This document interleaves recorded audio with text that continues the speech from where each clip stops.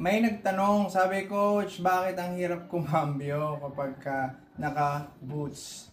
So guys, ito ay adventure boots, mas malambot.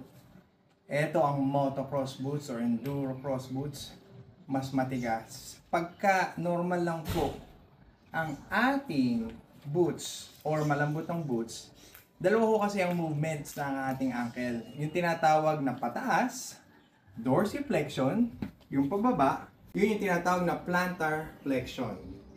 Kapag ka po malambot ang gamit natin, yung dorsiflexion natin ay nasa 20 to 25 degrees. Kapag ka plantar flexion pababa, nasa 40 to 50 degrees. Ngayon, kapag ka naka-motocross boots na po, nakaganito, yung ating dorsiflexion, yun po yung pataas, nababawasan po ng napakalaki 1/4. Naging 5 degrees to 10 degrees na lang yung pataas. Yung pababa, nagiging 10 to 15 degrees. So, ang laki po ng kabawasan.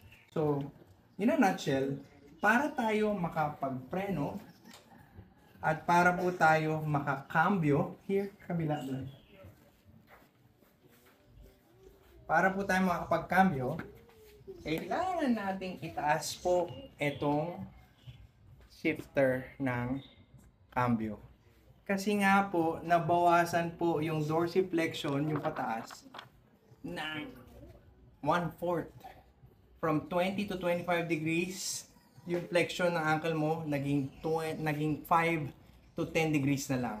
I-adjust nyo yung inyong mga shifter, gear shifter, and brake. Taas nyo po when you are gonna wear a motocross boots para maging accurate kayo sa controls nyo, maging safe kayo. This is Coach Sam Tamayo. To God be the glory.